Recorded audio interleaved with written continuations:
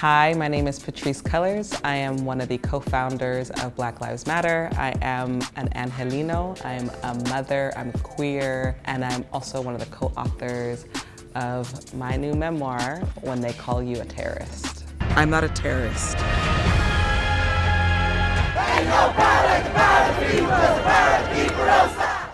This memoir is really about trying to tell how one becomes an activist, what type of conditions make someone want to fight back and make someone want to create something like Black Lives Matter.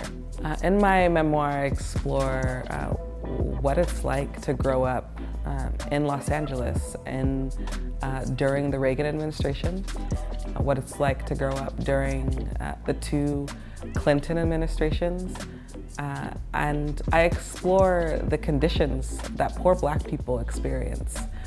I grew up with a single mother. She had 4 children, and she worked from sun up to literally sundown. I didn't see my mother very often, and when I did, she was exhausted.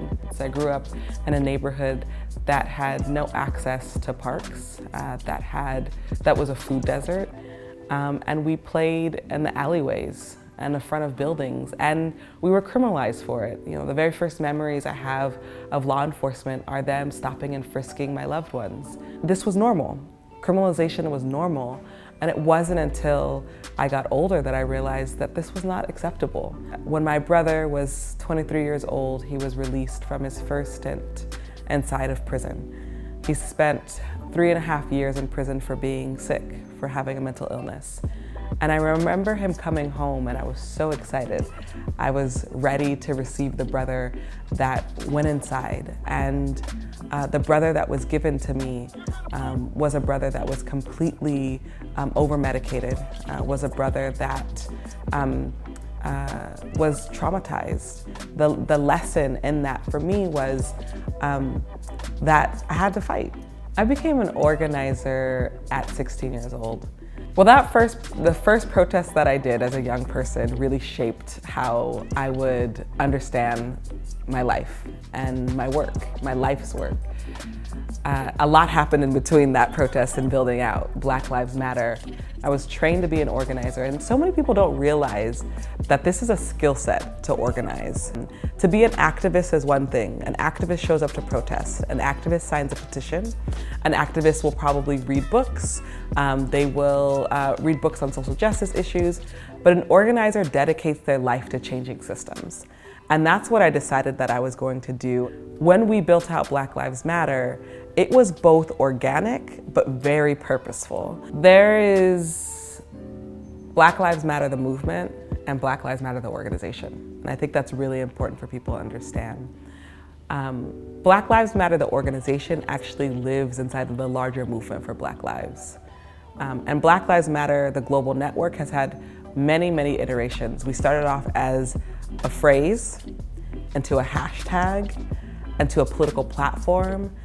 And then we realized, specifically after the murder of Mike Brown, when 600 of us rode into St. Louis to do solidarity action, that we had to go back home to our cities and build out a larger network. And that is really the birth of the global network. So many Black people are struggling, especially under this government. But I think what is most important is so many Black people have created a new lane to fight back. There's no way that there could be something like a Women's March or something even like a Time's Up if it wasn't for Black Lives Matter building that foundation first around how we fight back. There are a lot of misconceptions about our movement. When we were first wrongfully called a terrorist organization, I remember texting Alicia and being like, what are we gonna do? And she was like, we're gonna keep fighting, we're gonna keep organizing, and we're gonna let people know that our organization has always been peaceful. Part of what's been so disturbing about this moment is the obsession with Black death. We live in a culture that would rather show YouTube videos of Black people dying, would rather spend media time of Black people dying, than really talking about how Black people are alive and breathing and doing this brilliant work to save American democracy. Black Lives Matter is a movement about resilience. Black Lives Matter is a movement about experimenting around what's possible. I think what we've learned over the last 5 years is that disruption was central to our movement. It was necessary. It allowed for an evolved conversation about what we think is needed. And I think what we're seeing is now we're ready to take a seat at the table. We live in the age where people really saw Black Lives Matter as a protest movement. But I want to challenge that idea. Black Lives Matter, we're strategists. We're not just protesters, we're organizers. Many of us are educators. You know, when we first started, people were like, oh, they're gonna stop, they're not gonna continue. Well, we won't see them, this is gonna be another Occupy. But it's not true. Black Lives Matter, we exist, and we're here, and we're ready.